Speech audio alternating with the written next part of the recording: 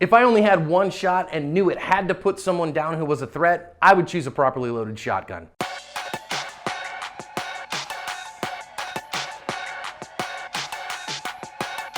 Hi everyone, welcome to today's bonus badge cam lesson here at Active Self Protection. I'm your host, John Correa. Still missing my sidekick and co-host, Mike. Unfortunately, I'm still on isolation for COVID. It's a mild case, thankfully. Today's video comes to us from Los Angeles, California. This is not a paid endorsement, but I am a brand ambassador for Heckler & Koch for a reason. HK firearms are incredibly high quality, and when it's time to step up out of the entry tier, they're the only ones I recommend. You carry a gun just in case. Shouldn't it be an HK just in case? This officer's just helped another citizen on a completely unrelated thing. Ask this guy, hey, do you need some help or anything like that? Guy won't talk to him, and now as the officer's kind of figuring out, are you okay? What's going on? Not many people just stand around in front of the police department. Guy's gonna pull a gun on the officer, pull a gun in the presence of the officer. It's gonna make the officer pull his own gun. We have audio from here and a couple of different badge cams, so let's listen in. Drop it! Drop it! Put the gun down! Put the gun down! Hey, put out help call. Put the gun down! Put the gun down! Put it down now!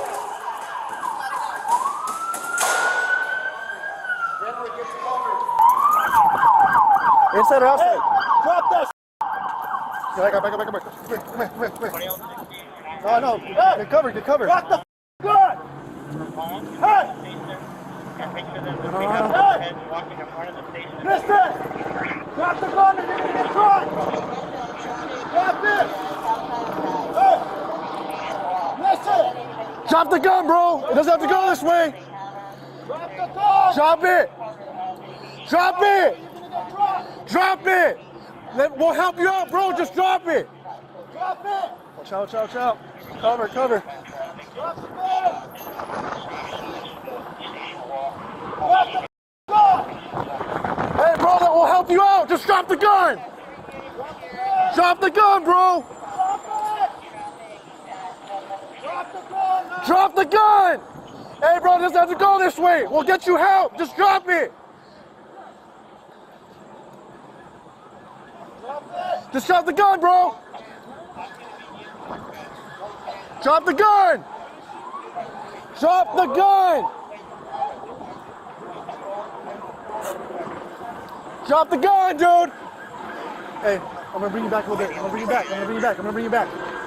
Get a little bit of cover. No, get a little bit of cover. You got range. You got time.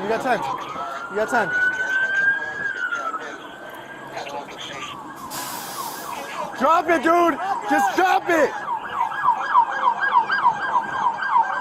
Drop the gun. Drop the gun. We're here to help you, dude. Hey, we're here to help you. We'll help you out, dude. Just drop it. Let me help you then. But I need you to, I can't help you with that in your hand. No.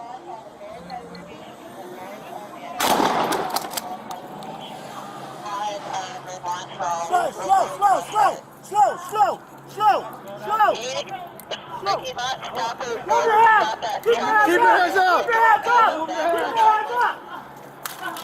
I got it. Roll over. Watch your hand.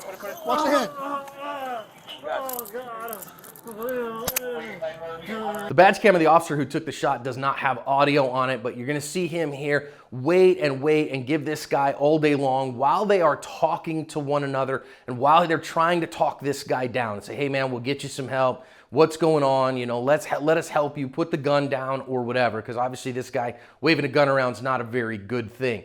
But what's gonna finally go down here is you're gonna see on the close-up that he actually raises the pistol and looks at the officer. And as he raises the pistol and looks at the officer, that's where the decision is made to press the trigger. Now, they're gonna get him into custody. Actually, he lived through this, shockingly enough. He was hit with a round of buckshot. They got him to the hospital, got him into custody. He now faces a charge of brandishing a firearm, even though it ended up being an airsoft gun, therefore a replica. So he had a bunch of notes on him about how the FBI was out to get him and the cops weren't going to take him. So clearly disturbed at this point. It does give us a bunch of lessons to learn. Okay, I want to hear from you out of today's video. What do you think? Would you rather have your pistol, a defensive carbine, or a defensive shotgun? I have put some links in the description to some videos on our second channel, Active Self-Protection Extra, but I'm curious what your choice would be in this situation. So first, of course, I want to talk about the fact that, you don't know what's going to cause somebody to do this, and you just wish that it never happened. But when we put officers in situations like this, they absolutely have the right to defend themselves, and they have a responsibility to defend the community. So, of course, we want to just head this off as much as we can, and I do think we need to invest more in our mental health system in America so that we don't put our officers in situations like this where somebody gets to this kind of place. But when they do, I think this officer shows pretty remarkable restraint. He just starts issuing commands and of course, crisis communication here. But because he has a little bit of time, because he doesn't have must, then he doesn't shoot the guy. I think that's quite admirable. You go watch the original, there's a whole bunch more of that. Now, next one here, we see our officer show up with the shotgun. And definitely, if I knew that there was an armed suspect that I might have to get in a gunfight with, I would prefer the long gun to a pistol every day of the week and twice on Sunday. And I think that the shotgun can be an excellent tool if you're well trained with it. It can be an absolute fight stopper in a hurry. Now, let's talk about these officers in a couple of ways. Number one, their de-escalation strategy, which I think they tried, right? I think, they got this guy somewhat surrounded. They have him isolated. They have him not really contained. Nobody else around who's a problem, so they try to negotiate. Hey, man, let's talk about this, whatever. The one strategy that I would encourage you to employ, if you can, is to try to use names, is to try to humanize and personalize. So officers, you've got to sometimes step around the badge because he sees the uniform and the badge, and that is just a symbol of society, of power, of problems, of daddy issues, of 100 things. So sometimes if you can step around the badge with your name or try to find his name, that can sometimes make a connection to allow you to build rapport. So what do I mean by that? Hey man, tell me what's going on. I want to help you, but you got to put the gun down. Hey, my name's John. I'm here to help you. I want to help you. What's your name? Tell me your name so that we can help you. Or sometimes just simply empathizing. I can tell you've had a bad day today. Tell me what started your bad day. Tell me what brought you here today. Where was the biggest hardship today? Because I want to help you with that. And sometimes if you can make that connection, it might let you build a strategy that he could choose something else. I don't think this guy would have personally. And I think this officer did a pretty darn okay job of trying not to have to shoot this guy. Now, I will say the verbal loop of drop the gun ends up being unhelpful because it ends up just being background noise, makes you feel like you're doing something, but you're not. So you got to find a different way to say the same words if you need to say the same words. And what I mean by that is instead of just drop it, hey, can I ask you to put it in your pocket so that we can talk? Can I ask you to put it on the ground for me, please? And again, at some point the shot ends up breaking. Now, I do think here that these officers did a very good job once that happened of slowing each other down. Slow up. Chill out. Let's make sure that we do this safely so that none of us gets hurt because somebody who's shot can still be a deadly threat. Then they get him into custody and they get him the kind of medical help that he needs in order to be saved. So I think these officers stopped a visible threat and then did what they had to do in the moment and then got him the help he needed. So I think that was pretty darn good work there all the way around.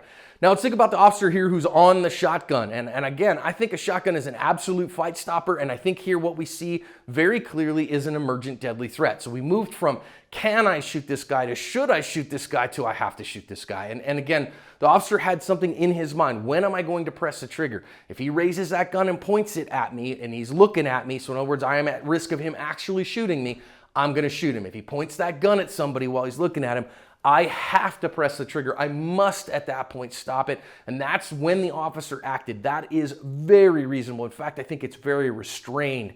There are times that maybe he could have before, but he didn't. And I think that that's admirable and he should be applauded for that. Now then, I love what he did here in terms of the manual of arms of his shotgun. You notice he didn't just press the trigger. He pressed the trigger, ran the action, got the shotgun and set in a good condition, and then looked through his follow-up sights. And that is appropriate action for a pump action shotgun. It's not simply pressing the trigger. You have to reset the gun so that it's reusable again, get back on your sights and see what's going on.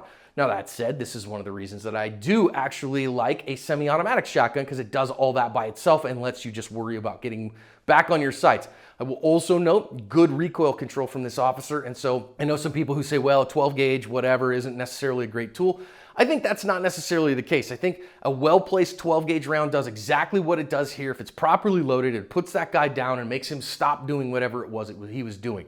And that's exactly what it did in this case, which is why I think it still has excellent application both in law enforcement and in private citizen use. And I use a home defense shotgun all the time, and I know several law enforcement friends who do as well. So I think, again, this is a situation that is unfortunate, that is a negative outcome that was probably unavoidable because this guy pressed that action in order to do that and really wanted to have a gunfight that day, and knowing that it was a fake gun, what he was going to get. But the officers did an excellent job of trying to talk him down. Maybe a few tweaks in their de-escalation strategy would be helpful. I don't think it would have made a difference in the outcome in this case. The marksmanship skills were stellar. The medical skills were stellar as these officers protected their community and covered their ASP.